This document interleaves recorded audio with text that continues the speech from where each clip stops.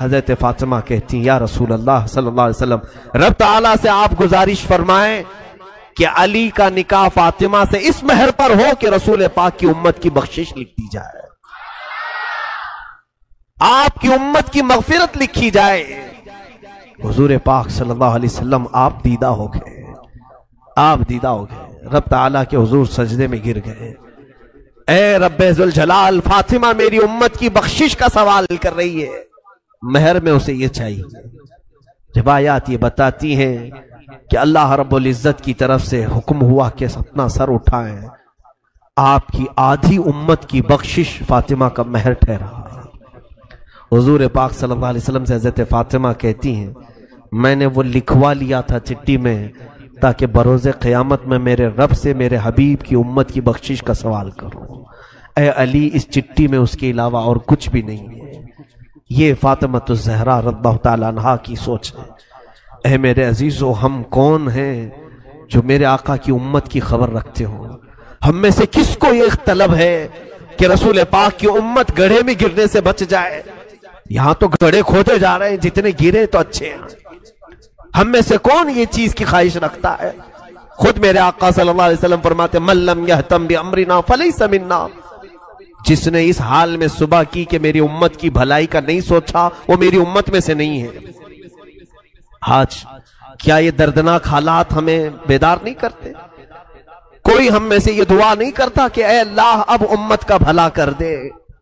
ہمارے نوجوان نسل جس راہ پر جا رہی ہے، ہم آنکھیں دیکھ دیکھ کر کے تاڑ تاڑ کر کے بھی اس کے متعلق نہ دعا کرتے ہیں نہ اس کے اصلاح کی کوشش کرتے ہیں۔ وہ حضرت فاطمہ تھی جو گھبرا جاتی تھی، کیونکہ انہیں معلوم تھا کہ حضور کو اگر کوئی ایک درد ستاتا ہے تو وہ امت کی فکر کا درد ہے، امت کا غم ہے، امت کی بخشش کا درد۔ جب مدینہ طیبہ میں واقعہ ہوا کہ صحابہ نے کہا اچانک حضور پاک نظر نہیں آ رہے ہیں، صحابہ بے قرار ہو کر ڈھونڈنے لگے کہ آقا ہیں کہاں؟ ایک صحابی نے پا لیا حضور مدینے کے نواح میں دور کسی ایک جنگل کے پاس سجدے میں ہیں، اور حضرت ابو بکر وہاں ڈھونڈتے ہوئے پہنچے۔ ایک بکریاں چرانے والا گزر رہا تھا، پوچھا کیا میرے آقا کو تو نے دیکھا ہے؟ رسول پاک صلی اللہ تعالی علیہ وسلم ہمیں کئی لمحے ہو گئے نظر نہیں آ رہے۔ اس چرواہے نے کہا میں نہیں جانتا تمہارا نبی کون ہے، تمہارا آقا کون ہے، ہاں البتہ اس پہاڑ کے پیچھے کوئی ایک آدمی اتنا رو رہا ہے کہ اس کے رونے کی آواز سے میری بکریوں نے کھانا چھوڑ دیا ہے، چارہ چھوڑ دیا ہے۔ حضرت ابو بکر نے کہا یقیناً اس طرح کا رونا تو میرے آقا کا ہی ہوگا۔ حضرت ابو بکر نے پوچھا اس چرواہے سے اے بندے تو بکریاں چرا رہا ہے، رونے والے کو دیکھا وہ کیا کہہ کر کے رو رہا ہے؟ کہا پتہ نہیں، امت امت کہتا ہے اور روتا جاتا ہے۔ حضرت ابو بکر بے اختیار روتے ہوئے قریب آئے۔ سید الانبیاء صلی اللہ تعالی علیہ وسلم کے آنسوؤں سے زمین تر تھی، کہہ رہے تھے میرے آقا رب ذوالجلال کے حضور، اے مولا میری امت کو میرے حوالے کر دے، میری امت کو میرے حوالے کر دے، میری امت بڑی بھولی ہے وہ مجھے نہیں پہچانتی۔ سچ فرمایا آقا، اپنے آپ کی امت آپ کو کہاں پہچان رہی ہے؟ آج ہم نے دوسروں کو پہچان لیا، اپنے نبی کونین صلی اللہ تعالی علیہ وسلم کو پہچاننے سے دور بھاگتے ہیں۔ بتانے کے لیے اگر کوئی کوشش بھی کرے تو ہمارے اخلاق ایسے ہیں، ہم حضور کو سننا نہیں چاہ رہے ہیں۔